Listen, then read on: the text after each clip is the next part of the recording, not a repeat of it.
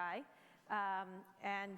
He is now the CEO of LinkedIn, which sold to Microsoft recently, or is in the midst of selling to Microsoft. So I'm going to invite Kurt Wagner and Jeff Weiner on stage.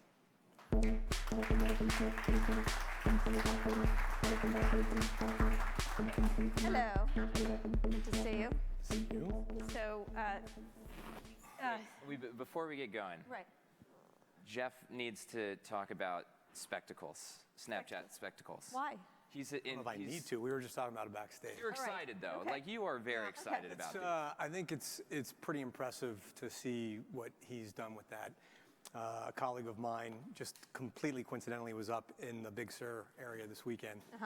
And that's where they dropped that kind of vending machine. It looks like a Minion.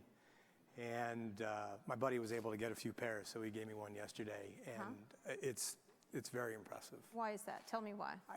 If you think about Evan's background, where the company's been, and doing an amazing job with the initial product, which was an ephemeral messaging product, and then evolving that into what's increasingly becoming a mainstream media play and kind of turning our understanding of media on its head, that in and of itself would be impressive. To then introduce a hardware product, and having never developed a hardware product, and having decided to do a hardware product that Google tried and that a lot of folks rejected by virtue of certain elements of it, and then to distribute it. It was just awful. It was just awful. Well, I think he's been incredibly thoughtful. When you say, it wasn't popular, a lot of people had a problem with the fact, for example, that you couldn't tell when you were being filmed. And so they solved for that by putting the little lights on the side so you can see when you're being filmed. And rather than make it some picture of the future, it is this really playful, kind of stylish. Yeah, no, I agree. Pair of glasses. And then this whole thing with the vending machine, which feels like, the Big Sur play, to me it felt like a real life Pokestop. And then you start thinking, why hasn't anyone else done this, given the success that Pokemon was having? And just one thing after, the chargeable case, and just, I think, very thoughtful, and it demonstrates a really, really strong product sense. So you like your spectacles? Not for me, per se. Okay. I don't know that I'll be running around with spectacles. I'm not sure I was the target demo. Right. But what did you take a picture of? You've worn them, right? I wore them in my office yesterday, and I'll give you an example of where I would have used them in all honesty. I shared something several weeks ago. We just moved our headquarters from Mountain View to Sunnyvale. And back in Sunnyvale. Yeah, it's on the don't PTS. So right to work for Yahoo. Right on the border of Sunnyvale and Mountain View, and part of our campus will actually be in Mountain View. And as we were leaving the old campus, they cleared it out. So there were essentially no more people. They cleared out the furniture, and it was the only office I'd ever known for LinkedIn. So it was a very nostalgic moment. And I took a picture that I eventually shared and talked about how much the place had meant to all of us. And as I was taking the picture, I was trying to capture the moment. And it was very difficult because of the lack of perspective. And what I was trying to capture was I had been walking around just in my own thoughts. And sure enough, had I had spectacles, I would have just tapped it once, started walking around, and it would have been this moment. Right. And it would have captured it perfectly. So that would have been exciting. So is the news now you're about to join Snapchat now that they're going public? Snap. It's Snap. Whatever. I'm calling it Snapchat. I'm sorry. I'm sure, I think I just heard you talking about the IPO announcement. Yeah. It's impressive what he's doing. It's really impressive. So when you're talking about that, you're all super excited about this. Are you excited to be as excited to be a Microsoft executive? Yeah, it's not a Microsoft executive per se. I'm going to continue to run LinkedIn. Yes, you are actually a Microsoft executive. Yes, I'll be part of Microsoft, but a Microsoft executive. Which means you're a Microsoft executive. I'm not going to, I have no problem being a Microsoft executive, but first and foremost, the CEO of LinkedIn. That's the way I see myself. That's the role. Product of Microsoft. Anyway, sorry, I'm not going to do that. I'm not going to bug you. That's the role that I'm in. Okay. And Satya, very much by design, from day one, set this up so that we remain independent, and our first priority is continuing to grow LinkedIn. So that's where I'm going to be focused. I'm going to be a part of Microsoft, and I am excited to be a part of Microsoft. I think the work that he's doing there, the work that the team's doing, long before we announced the combination, and before I had sat down with Satya in February to talk about it, I had remarked very publicly about how amazed I was at the job he was doing in such a short period of time, changing so much about the path that they were on. I think it's a far more open company. I think the innovations are coming fast and furious. You saw just recently with the Surface Studio as an example. I think it's more agile. And having met now a number of their senior executives and different teams throughout the organization, it's all consistent. And what he's trying to do there, make it more purpose-driven. I am excited to be a part of that. Has that deal closed? No. Sorry. I was just gonna. I want to know what the process was like, because I mean, we all read kind of the TikTok? TikTok, right? It came out, and you were doing a mighty fine job of talking with a number of different players. So what was that like? It was all kind of laid bare in the disclosure. Yeah, some of the folks commented that it's rare to see that degree of transparency, and that was important to us so that people had a clear understanding of the process. You know, I sat down with Satya in February, and we eventually ended up in discussions with some other companies as well. Salesforce, Google, Facebook. I'm not sure all of them have been publicly disclosed, other than company A, B, C, Right. et cetera. And it was an interesting process. I think it worked out for the best. And What, I mean, can we I go back a disclose little all further than that? What prompted you to go there? Now, I know you had that quarter where your stock just fell right through the floor, that one quarter, and then you did a little better the next quarter, but the stock didn't return. And one of the things I was thinking, because I do compare it to Yahoo, there was some point where you knew you had to sell. Like, can you talk a little bit about that? Because one of the things I think I put this sentence in one of the stories. I said if Jeff Weiner was a Russian female gymnast, he would have gotten 10 on the dismount. Because he would. Because you really did sell at exactly the right time with very little ego. You moved it out. What made you want to sell? Like, what did you don't wake up and say, I think I'll sell my independent company of which I'm CEO. It's a forward decision, but it's not typically the decision most people want to do. well, no, I don't think you wake up one morning and say that to yourself. For us, it's a process, and it's a process based on, first and foremost, our mission and what we're trying to accomplish.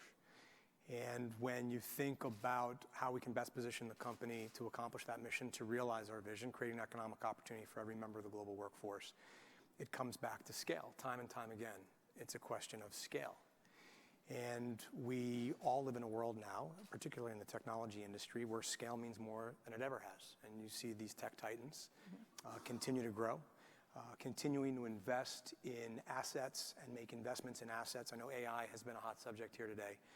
There's only a handful of companies in the world that have really reached critical mass in terms of the resources required to advance AI in a meaningful way so that it can create value for folks. Cloud infrastructure would be another example. I mean, we can keep going on. And the opportunity, there's only a handful of companies in the world, particularly in technology, that reach over 1 billion people with their footprint. Microsoft is one of them. Microsoft also has the AI investment. Microsoft also has the cloud investment. And above all else, we have very similar sense of purpose. But what I want to know is, what did you say? Oh no, I cannot do this with my business. I cannot grow this anymore. Wall Street's not going to give me a chance. Or what was the tipping point for you? Because again, you don't go, I think I'll sell my company unless you feel like you have to. It was less about we cannot or we can't do this, and it's more about what's the best way to move forward. How will we have the greatest likelihood of achieving the kind of scale we want to create the value that we're trying to create in the Which you world? didn't think you could do on your own. I think independently it would have been more challenging than when combined with a company like Microsoft. So that's what you set out to do. We're going to now sell ourselves. No, didn't set out to do it. I sat down with Satya. We talked. When Satya and I originally sat down, we were talking about ways in which the companies could work together. And when we realized the number of different ways and the depth of the potential for working together and how complementary the assets and strategies were, the discussion turned to two dimensions. One was sense of purpose, and the other was how we would potentially structure this if we were going to combine. And on purpose, it's amazing how similarly the companies think about the world in terms of, for LinkedIn, connecting the world's professionals to make them more productive and successful. For Microsoft, it's to empower every individual and organization on the planet to achieve more.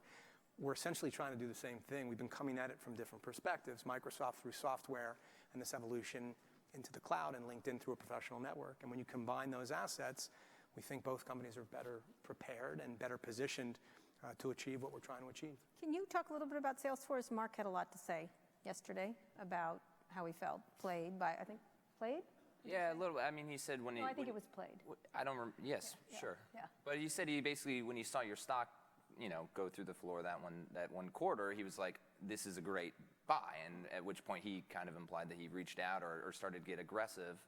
And yeah, he was sounded disappointed. It's really not just to buy, but that he had had similar discussions with Microsoft that didn't end well. That didn't end well for him. He had similar discussions about being bought by Microsoft. Bought by Microsoft. That didn't end well. How can you talk about why you picked Microsoft over a Salesforce or blank, blank, blank? Well, 'Cause he said it publicly. the Mad Libs. No, it's Google. Isn't it's this Mad Facebook. Libs? Yes, Blank, you know blank, what I'm blank. Give me a talking verb. Give me a noun. So I haven't been asked this before. As a matter of fact, I think this is the first time I'm on stage in this context post the announcement. But first thing I'd say about Mark and I hadn't had a chance to work together like that prior to sitting down and talk about combining the companies. And he was a class act throughout the entire process. And I was really struck by that. And I enjoyed working with him through that process. And it didn't work out the way he was hoping. Why was that? At the end of the day, the Microsoft offer was of greater value. It was an all-cash offer versus stock and cash, where Salesforce would have potentially been diluted in a way where the stock component of the offer wouldn't have held its value as much, and certainly in the immediate term.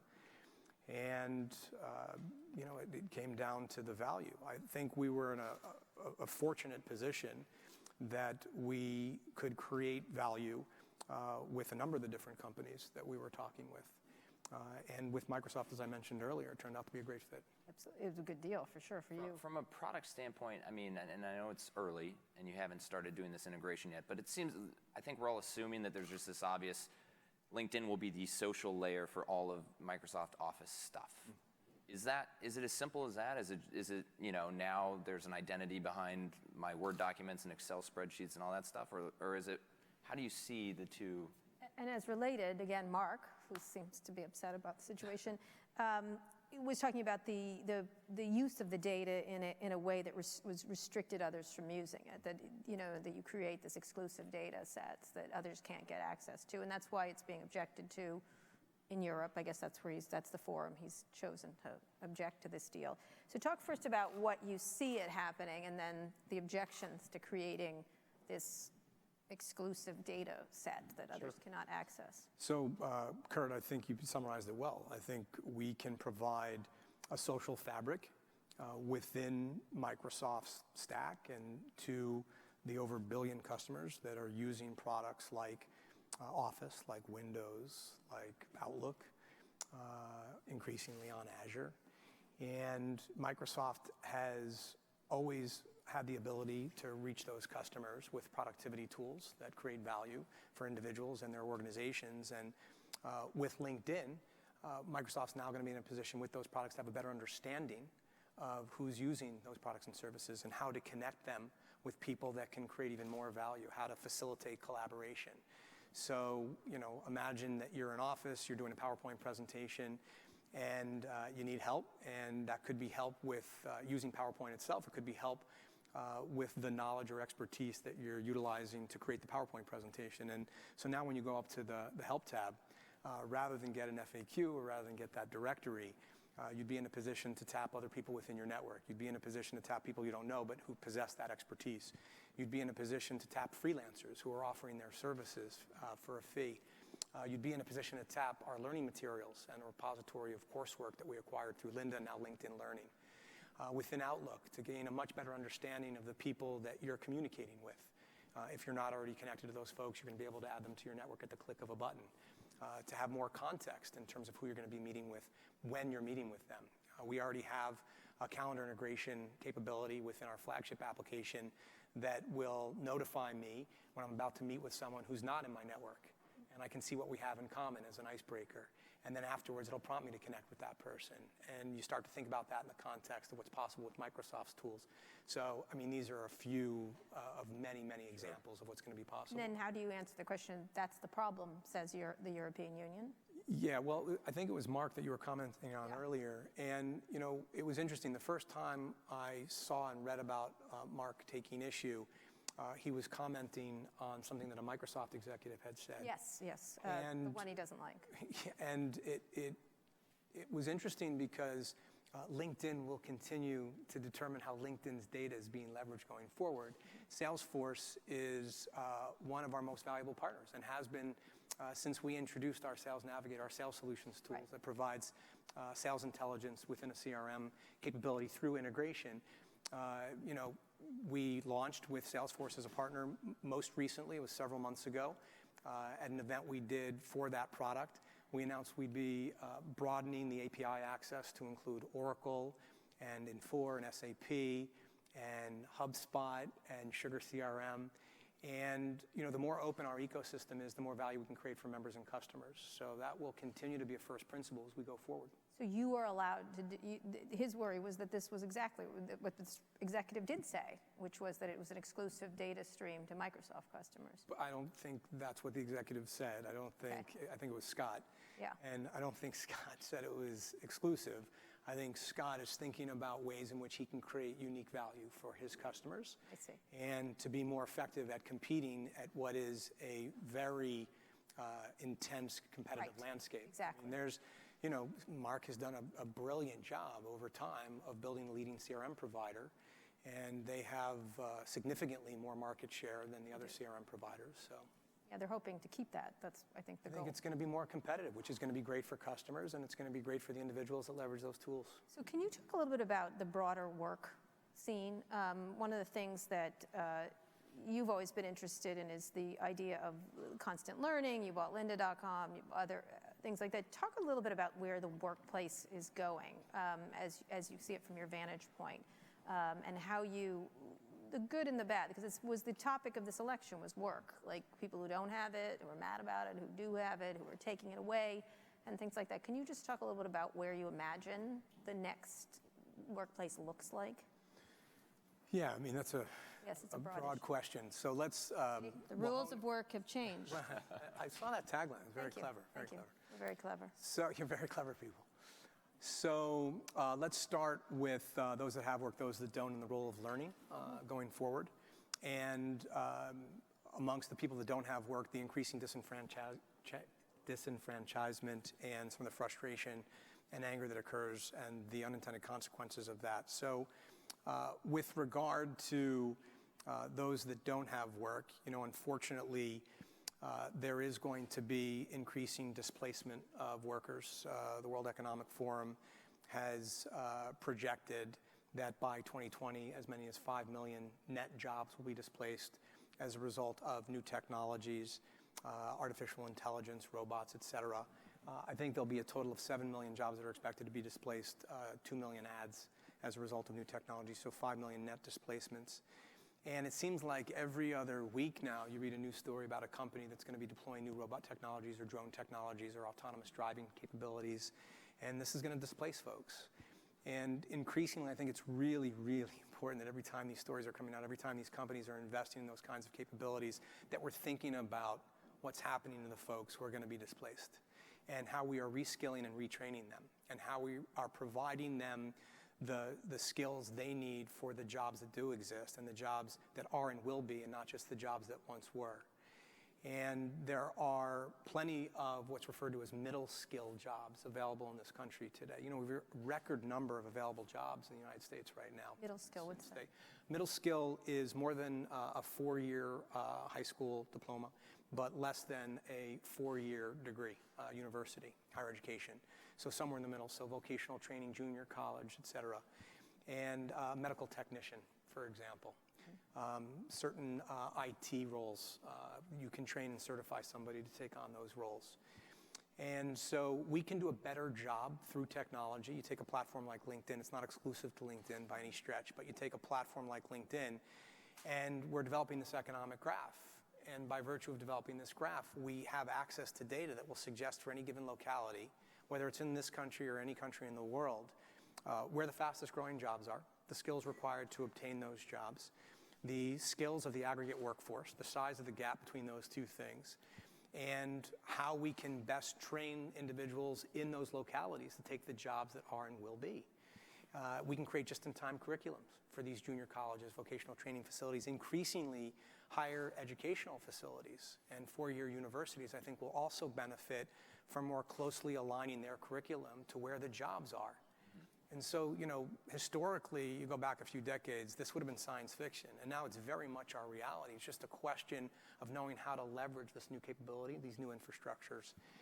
That's one way of thinking about it. Another way of thinking about it is the day where you could go to school, go to college even, study something, graduate, and then have a job for the rest of your life, I think those days are over. I think we all need to be very open. We all think those days are over. We all need to be open to the idea of continuous education and constantly keeping up with what new skills are required. And so I think learning and development, either within organizations and sponsored and subsidized through organizations, or for individuals who are looking for work, who aren't a part of a company. Do you think that Silicon Valley, I was asking Diane this just a second ago, understands their impact?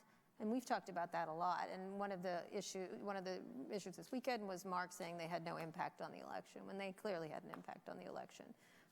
It depends on how much, who knows, but a lot of Silicon Valley likes to abrogate its responsibility for the tools it's created.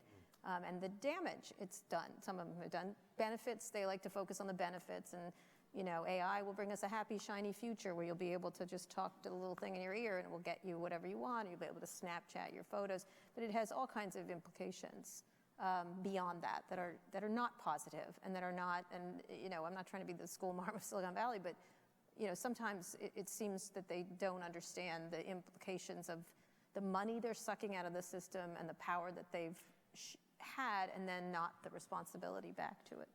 I think it is incumbent upon all of us in the Valley, anyone responsible for a technology that can reach beyond historically what was possible, to think about the unintended consequences of what we're doing. And I think companies in the Valley have the best of intentions, and you can see it in their mission statements, you can see it in their visions, you can see it in the way in which they take great pride in the value that they create for their members and customers, the individuals that use those products. But there are unintended consequences. And for years, you and I have been in this industry for a while. And how many times have people been mentioning and talking about the fact that technology, the rate of innovation, has accelerated to the point where it's exceeding society's ability to make sense of it all. And we kept saying it and kept saying it as a forward-looking statement. And we're now all experiencing it. Day in and day out, it's happening. Not everyone is capable of understanding the consequences of these things, but we need to ask the questions, and we need to be open to the fact that there could be unintended consequences. And then we need to be really thoughtful about what we're going to do about it, as opposed to just rejecting the idea wholesale and saying, no, that's not what we're trying to accomplish. Right. They continue to reject the idea. They do. You can just, Mark's statement was, we have no idea what happened. Of fake news. And that's just a small little slice of issues that went on. But if you read the statement, it's pretty much, as we're a platform, we have no responsibility. What should Silicon Valley do? Should they build to create new jobs or create new workplaces? Build things here, move things back here, so that put manufacturing in rural areas? What is the response? And here you have a company dedicated to people finding jobs. Like, what are the concrete things, not the, perhaps maybe we really do have an impact, to what should we do about the impact we clearly have, without, stop arguing that particular point. Yeah, so with regard to creating economic opportunities, with regard to creating jobs, I think that can be addressed very directly. So speaking for LinkedIn, we have been investing and testing in what we call LinkedIn cities. So the state of Colorado and the city of Phoenix, where we're working with local government, we're working with local universities, we're working with career centers to do training finders, so that people who are seeking middle-skilled jobs can actually go online, they can look to where those jobs are, they can see the certifications required, and we can either matchmake them with the certification provider, or through the acquisition of Lynda, we can provide that certification ourselves. So that's one thing we can start to do, and not just make that an experiment, not just make that something that we're doing in a city or two, but start to expand that throughout the country. That's one. Two, there was recently some research that was distributed, you may have seen it, I think it was over this past weekend, that talked about the fact that the vast majority of venture capital dollars in this country are distributed to really 3 states, California, Massachusetts, and New York. And when you think about the other 47 states getting access to roughly 30% or 25% of the dollars, we can do something about that. And I'm reminded of amazing organizations like Venture for America. I'm not sure if you're familiar No, with I that don't. organization. It's like Teach for America, but with entrepreneurs. And so it takes students coming out of school, some of the most talented students anywhere. They could get a lot of different jobs, and it brings them in as fellows. And they go into hard-hit American cities, and they work with startups in those cities. And that not only helps those cities start to create companies that are going to create jobs, but it provides them access and exposure and it develops perspective that they otherwise wouldn't have had. And increasingly, you're going to start to see these fellows creating their own companies and hopefully sticking around those geographies. And I think an organization like Venture for America, and it's one example of many, are in positions where they can facilitate the deployment of capital in ways that people on the coast may not have access to, may not be able to see those kinds of opportunities. So those would be a couple of examples. I'll give you another one that's a little more abstract, but for companies in the Valley that control platforms that are being used by hundreds of millions, if not billions of people, I think we all need to do a better job of shining a light on what's working. I think right now everyone's spending a lot of time talking about what's broken. What's And working what? We're spending a lot of time pointing fingers and accusing and lamenting and defending as opposed to, as an example, Venture for America. I mean, there are countless examples of organizations and people that are trying to close these gaps. You know, one of the things I recently shared following the election was the fact I want to spend less time talking about how to close the gap between Americans and start spending a lot more time actually doing it. And I think we're all in positions, those of us in the Valley that help manage these platforms that other people are deriving their news from or their sense of community. I think we can all shine a brighter light on what's working. I'm curious, I'm really fascinated with what you're doing with education in Linda. You know, this idea of we know every job posting, we know what skills you need for that job, and we have the courses here. I'm curious, two things. One, how are you validating, you know, those Linda courses? How are you working so that if I take a course on LinkedIn or on Linda, that I can actually go to an employer and that means something versus, you know, just getting an online check? And then number two, is there an opportunity for you guys to do like a LinkedIn college degree? Like, hey, you can actually take a bunch of these Linda courses and that results in some kind of formal degree. You know, you have a basic computer science understanding courtesy of LinkedIn. Like, is that something you've considered?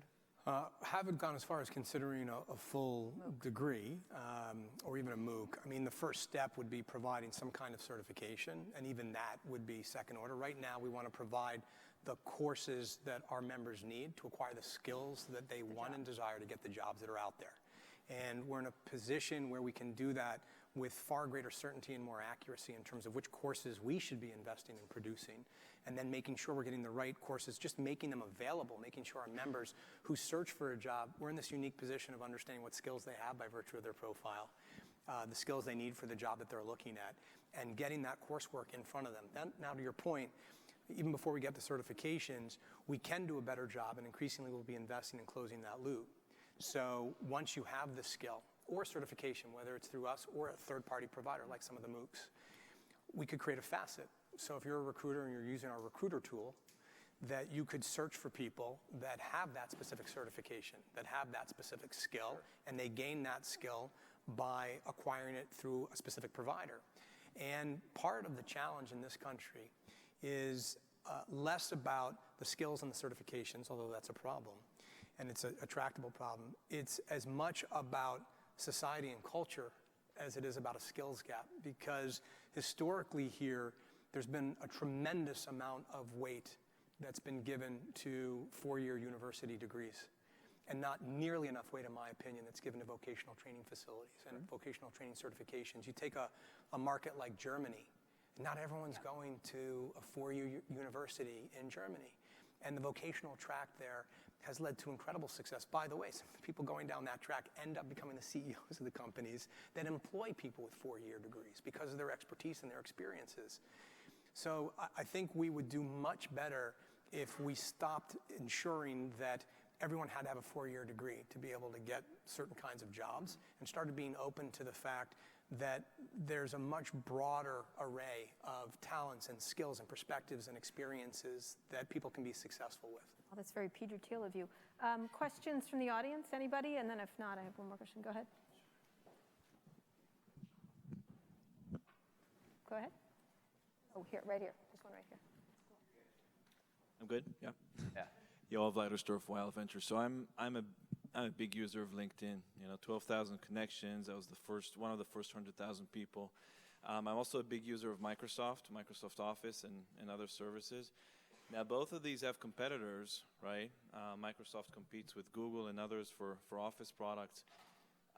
When I first read about the combination of the two, I thought, Jesus, this is really powerful. And I had my imagination going about, okay, what if, my Word document or my Outlook could have seamless access to my LinkedIn information. So I had all these ideas, but over the last few months, I haven't really read anywhere where, either you guys or Microsoft or somebody else even came up with a whole list of here are all the amazing features that that we're going to have. I mean, this is a real opportunity for Microsoft to get an edge on Google, and for you guys to get an edge on Salesforce or wherever else. What are some of those features that we should expect to see?